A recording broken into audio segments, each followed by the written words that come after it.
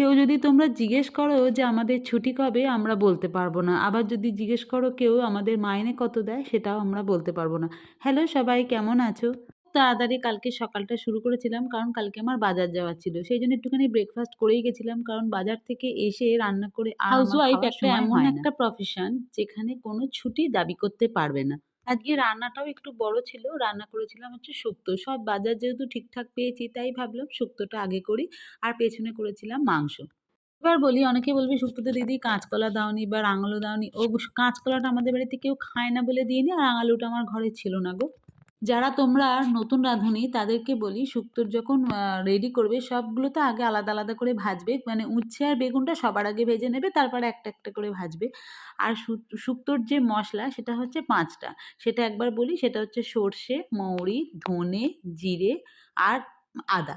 রাঁধুনি সেটা ফোড়নেও দেবে, বাটনাতেও দেবে। এই কয়েকটা জিনিস দিয়ে আমি শুক্তো করি।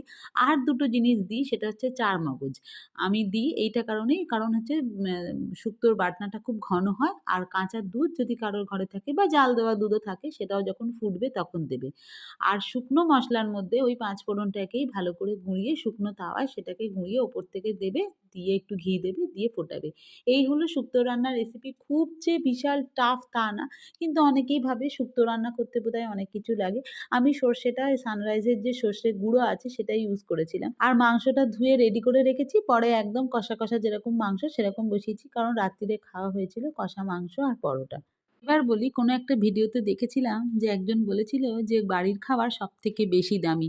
কারণ এখানে সমস্ত ভালো জিনিসটা দেওয়া হয় আর বিনা মজুরিতে এখানে খাওয়ানো হয়। আর এই রাত্রির ১২ টার সময় ছেলের ইচ্ছা হয়েছিল ভুট্টা খেতে।